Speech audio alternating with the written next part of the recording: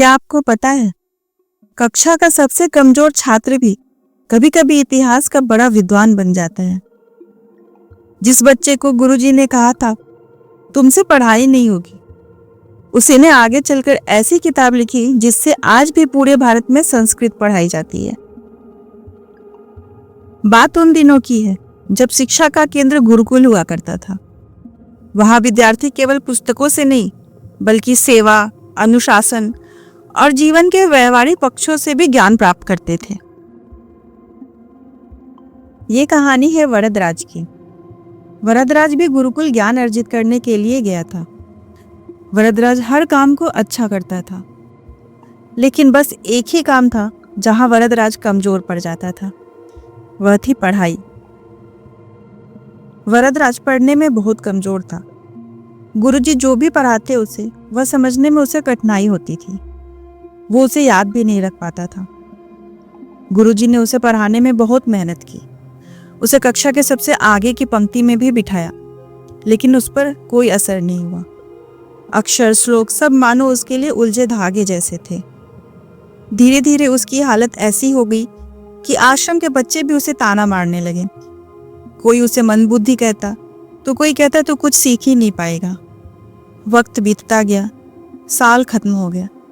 उसके सारे साथी अगले कक्षा में चले गए, लेकिन वरदराज वहीं का वहीं रह गया, अकेला, उदास।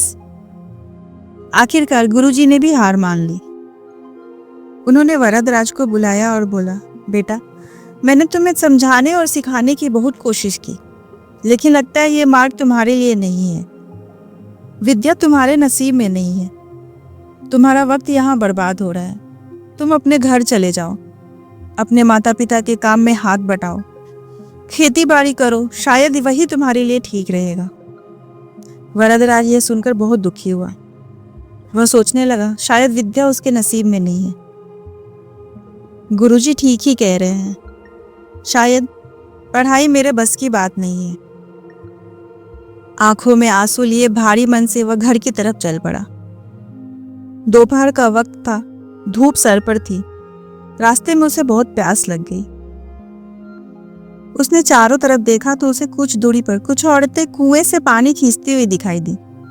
वह जल्दी से वहां पहुंचा। वहां पहुंचकर उसने देखा पत्थरों पर गहरे निशान पड़े थे। उसे बड़ा अचरज हुआ। उसने एक औरत से पूछा, माता जी, ये पत्थर पे इतने गहरे निशान कैसे पड़ गए हैं? क्या किसी ने इसे तराशा है? औरत ने हंसते हुए कहा, नहीं बेटा, ये निशान तो इस पतली रस्सी के रोज रोज घिसने से बनी है। देखो, ये रस्सी कितनी कोमल और पतली है, फिर भी रोज रोज घिसने से कितने गहरे निशान पड़ गए हैं। अभ्यास और समय का चमत्कार है ये। इस बात ने वरदराज के मन को झकझोर कर रख दिया। उसने सोचा, जब इतनी कोमल और पतली रस्सी रोज रोज कोशिश करके इतने ठोस पत्थर में भी निशान डाल सकती है, तो क्या मैं रोज रोज अभ्यास करके अपने दिमाग में विद्या नहीं भर सकता? उसकी आंखों में नई चमक आ गई। अब वरदराज को यकीन हो चला था कि लगातार कोशिश से नामुमकिन भी मुमकिन बन सकता है। वरदराज ने उसी पल फैसला लिया कि हार नहीं मानूंगा। वापस गुरुकुल जाऊंगा और तब तक कोशिश करता रहूंगा जब तक सीख न जाऊं। वो तुरंत गुरुकुल वापस लौट गया। उसे देखते ही सब हैरान रह गए। गुरुजी ने पूछा, बेटा वरदराज, तुम वापस क्यों लौट आए? वरदराज ने आत्मविश्वास के साथ बोला, गुरुजी, मैंने रास्ते में एक कुआं देखा। वहां रस्सी से बार बार घिसने से निशान पड़ गए थे। मैंने सोचा लगातार घिसने से पत्थर पर निशान पड़ सकते हैं, तो क्या लगातार अभ्यास करने से मेरे दिमाग पर विद्या की छाप नहीं पड़ सकती? गुरुजी, मुझे एक मौका और दीजिए। मैं मेहनत करूंगा, रोज करूंगा और तब तक करूंगा जब तक सीख न जाऊं। गुरुजी ने उसकी आंखों में अलग चमक देखी।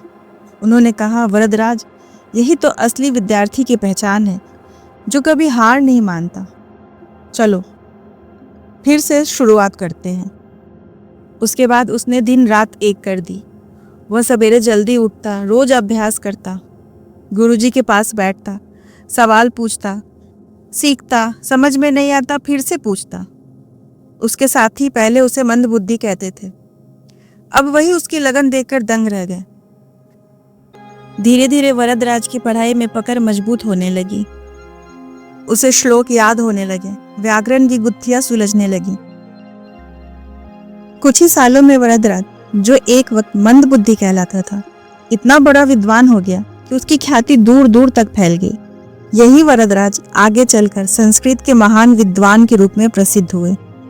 उन्होंने लघु सिद्धांत कौमुदी, मध्य सिद्धांत कौमुदी, सार कौमुदी जैसी किताबें लिखी। एक समय का मंद बुद्धि विद्यार्थी अभ्यास के बल पर विद्या का प्रकाश बन गया। अगर हम जीवन में कुछ भी ठान ले कि हमें ये करना है, तो हम लगातार कठिन परिश्रम से उसे प्राप्त कर सकते हैं। दोस्तों, वरदराज की कहानी हमें सिखाती है, अभ्यास से बड़ा कोई चमत्कार नहीं। कभी मत सोचो कि तुम कमजोर हो। सोचो, अगर उस दिन वरदराज ने हार मान लिया होता तो ना तो विद्वान बनता, ना ये ग्रंथ बनता, ना लाखों छात्र सीख पाते। दोस्तों, यदि आपको जीवन में सफलता प्राप्त करनी है तो अपनी असफलता से कभी निराश मत होना, क्योंकि असफलता हमें जीवन का आईना दिखाती है। वो हमें बताती है कि अभी और प्रयास की आवश्यकता है। इसलिए मेहनत करो, रोज करो और धैर्य के साथ करो। याद रखना, इतिहास तेज लोगों ने नहीं, जिद्दी लोगों ने लिखा है।